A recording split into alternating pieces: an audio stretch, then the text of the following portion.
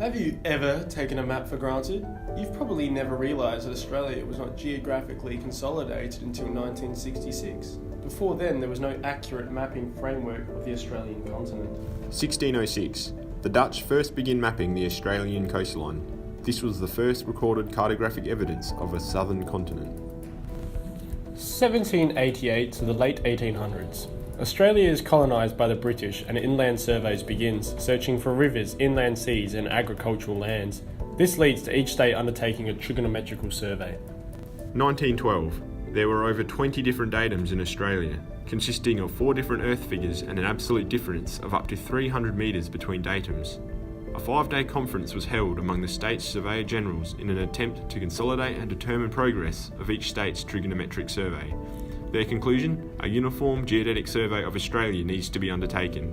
The Australian Intelligence Corps was tasked with this operation. 1914 to 1918. One of the biggest events to ever happen in the 20th century occurred. World War I begins, and the AIC forms a unit and is sent to Europe. The war places a geodetic survey on indefinite hold. 1920. Returning surveyors and other servicemen commenced lobbying for creation of a civilian national geodetic survey. However, lack of authority and financial backing yet again halts the survey. 1935 to 1938. Lobbying by multiple institutions leads to the creation of the Commonwealth Survey Committee, consisting of a Commonwealth Surveyor General and representatives from each defence service. Committee provides recommendations involving triangulation and trigonometric mapping. However, continual cutbacks yet again cease progress. 1938 to 1945. Funding is constantly deferred by the federal government due to lack of perception of the value of mapping. World War II begins and it is realised how little mapping information is actually known about Australia's mainland and northern coastline. Less than 1% has been geodetically surveyed. The increasing threat of Japanese invasion leads to panic among the government, kick-starting progress. 7th of March 1945.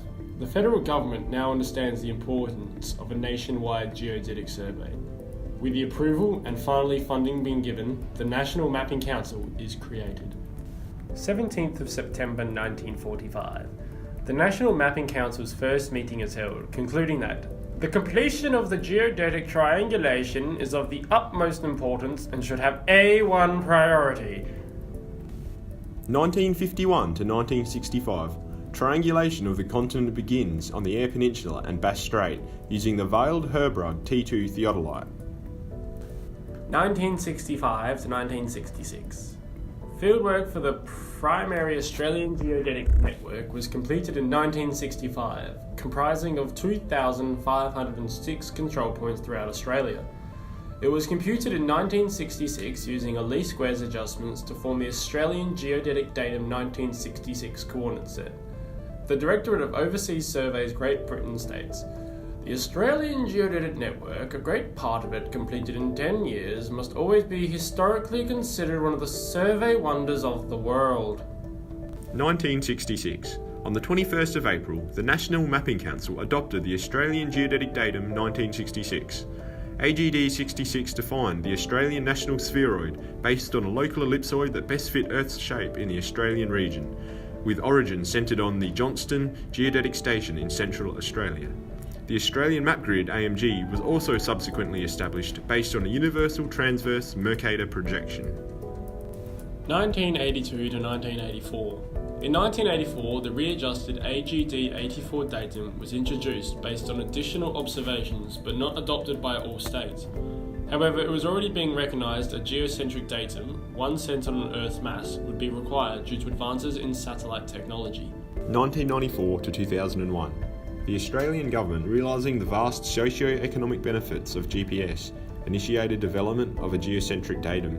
Unlike AGD 66 and AGD 84, GDA 94 was Earth-centred opposed to the regional model of old. GDA 94 is based upon a global framework and referenced to a series of fixed control points throughout the Australian tectonic plate as of epoch 1994. Coordinates differ by approximately 200 metres between the two datums, depending on the exact location in Australia and with a net shift to the northeast. GDA 94 initially coincided with WGS 84, the basis for GPS control, relative to the worldwide International Terrestrial Reference Frame upon which WGS 84 is based. However, the two are slowly diverging by 7 centimetres a year due to movement of the Australian plate. While this does not affect relative measurements within the datum, raw absolute GNSS measurements in the WGS 84 system rely on a transformation to convert to GDA 94. The future. In 2001, all states agreed to adopt GDA 94, which continues to be in use until the dynamic GDA 2020 is fully implemented by the year 2020. However, without the foresight and persistence of countless individuals, Australia's world-leading geodetic network would never have existed.